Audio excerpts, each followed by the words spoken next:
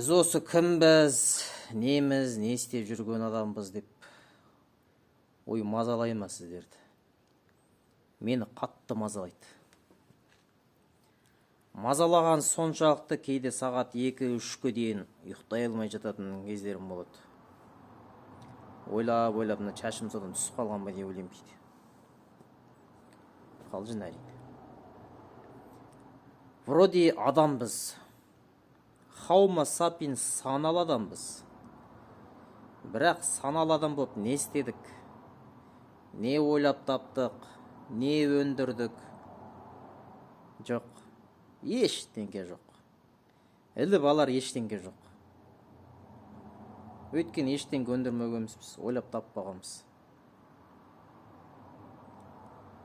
Титаниктің батып кеткеніне 1 ғасырдан артық уақыт өтіп кетті, білесіздер. Бірақ сол Титаникті қазір бізге елімізге берсе, осыны жасаңдар деп. Біз жасай алмаймыз. Мен білем, жасай алмаймыз. Анау жоқ деген бәрі енді. Маман жоқ, оны мойындау керек. Бізде жауапкершілік жоқ. Мен соны білем. Енді оны не қыл дейсің десең, мен ес білгенімнен көріп кел жатқаным осы техниканың детальдары.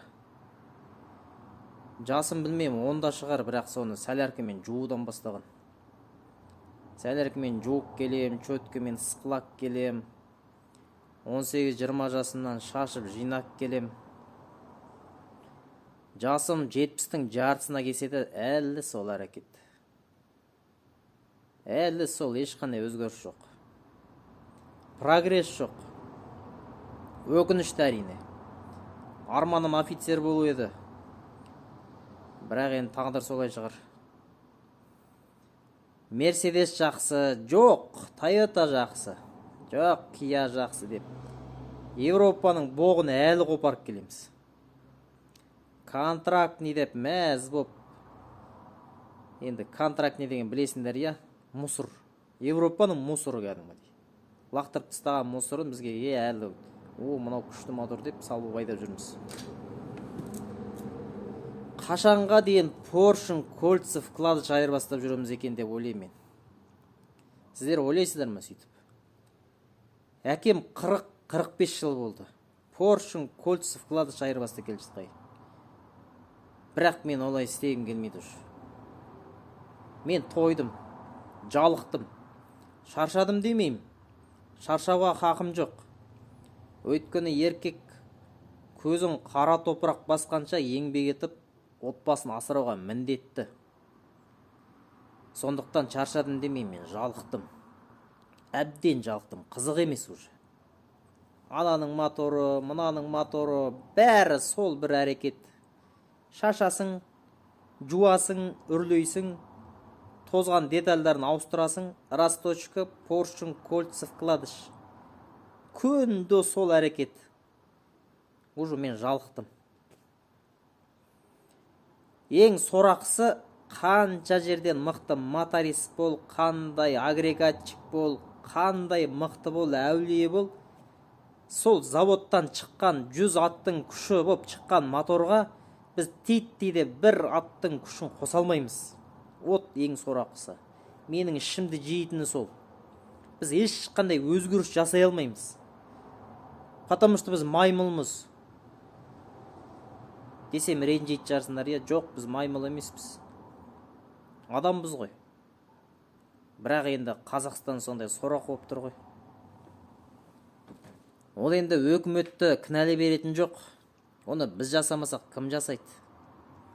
Өстіп бір ойлайтын азаматтарымыз болса, темірді балқытумен айналысатын жігіттер болса, басымызды біріктіріп, бір мотор жасаса қайтеді. Қалай ойлайсыздар? Біз маймыл емеспіз ғой. Таракан емеспіз. Бәріміз сол мотордың жұмыс принципін білеміз. Қандай детальдардан тұратын білеміз. Оны даже ойлап басты ауыртатын жоқ. Мысалға мен Мерседестің 111 моторын 2-3-тен кейін проблематичный 111 мотор, так 104 моторға айланады, 6 цилиндр ой.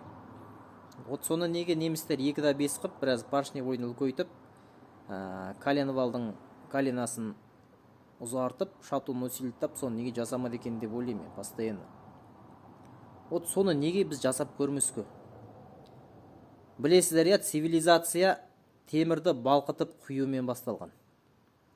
Бірақ біз қазағым әлі тас ғасырда жүрміз. Темірді балқытып бір деталь жасай алсақшы, бәрі Қытайдан келеді. Қытайдан не келеді екен деп тосамыз. Бірақ өзімізде әрекет жоқ. Мен жасағым келеді, бірақ көтті дәрмен жоқ. Осы уақытқа дейін жеке өзім ешқандай кредитсіз жеке автосервисімді аштым, шүкір Аллаға. Бірақ прогресс жоқ. Мен уже машинаны қопыра бергім келмейді. Осындай бір өзгеріс жасағым келеді мен. Өндіріс хочу, прогресс хочу. Даже колосник шықпайды елімізде. Колосниктің бағасы, мен постоянно котел бартайым, 6000 теңгеге сатып алам. 5 килограмм чугун 6000 теңге тұрады. Ал темірдің бағасы 50 теңге бізде, білесіздер. Алдында бір трактордың сайман сататын магазинге барсам, 40-тың передний бортовойдың корпусы енді бір 10 килограмм чугун шығар. 105 мың деп тұр. Ойлаш, 105 мың теңге. Темірдің бағасы 50 теңге. Ал қайда разница жатыр? Сол неге бізге темірді құймасқа? Ана металлургияны оқып, жұмысқа кіре алмай, бір бағы жанбай қалған жігіттер бар ма? Только коридорда оққан емес, реальный металлургияны оқып, білетін жігіттер болса, мен білмеймін, темірдің балқыту процесін білмеймін. Ана примерно білем, ана кирзаводта неменен көмірді ұнтақтап, порошок ретінде форсункамен шашама, ана кірпішті күйдіру үшін сондай бір принципті білем. Сон чет жағасын білем да, бірақ технологиясын білмеймін. Вот сондай бір мықты жігіттер бас қоссақ қайтеді. Темірді балқытсақ, құйсақ, детальдар, хотя сол колосник құйсақ, чугунный блок құйсақ, ана Камридің 30-дың білесіңдер, шпилькалары кетіп қалады, ана резьбалары кетіп қалады деген сияқты. Соны неге құймасқа? Енді оның бәрі мысал ретінде айтып отырмын. Қазақ әрқашан аяқтан чалып, бір-бірін кемсітіп, көремаушылық бізде бірінші очередте тұрады. Сен тупой, қайдағы бір сварщик еле, қайдағы мотор, сен оқымаған тупой дейсең, сен умный, сен красавчик болып, сен жаса. Сен умный болсаң, сен жаса, мен саған сенен қол астыңда кеп какой-то сварщик болып, какой-то токарь болып, или в общем аулаңды сыпырсам да, мен сен сол ашқан цехқа кеп жұмыс істеймін, мен саған айлыққа. Сен красавчик болып, сен аш. Бірақ енді бұл менің ойым. Мен жасағым келеді. Бәлкім 60-70 жасқа дейін енді ғұмыр жасса, сол кезде жасайтын шығармын, бірақ ол кезде тым кеш болады. Ол кезде уже елдің бәрі Европа қазірдің өзінде ұшып жатыр, ұшатын машина жасап жатыр, бірақ біз әлі жоқ, біз даже велосипед жасай алмаймыз, не то что ұшқан. Колосник жасай алмаймыз біз, құя алмаймыз колосникті. Сондай бір сорлы мемлекет, сорлы ел отырмыз, соған ішім кеуеді мен. Қаншама әрбір қаланың өзін бір металл қалдықтарын қабылдайтын орындар болады ғой. Бізде объездной шоссе дейді. Барсаң, ана жерде миллион тонна темірлер жатады, қара темір. Бағасы 50 теңге килограмм. 50 теңге деген, ана темірлерге қарап, даже шахтын ажып қажет жоқ, жерді қопарып, оны техника түсіріп, анан бәрі уже дайын темір жатыр, сырдан қалған дайын темір жатыр. Соны біз өңдеп, бір бұйым шығара алсақ шіркін-ай. Сөйтіп бір ойлайтын азаматтарымыз бар ма елімізде? Басымызды қосайықшы. Менде міне помещение бар. Ана жақта тағыр бокс бар. Ертең кеп тұрмаңдар, пескоблок, газоблок қойайық азамат деп. Жоқ, ондай қызықтырмайды мен. Газоблок, пескоблок деген.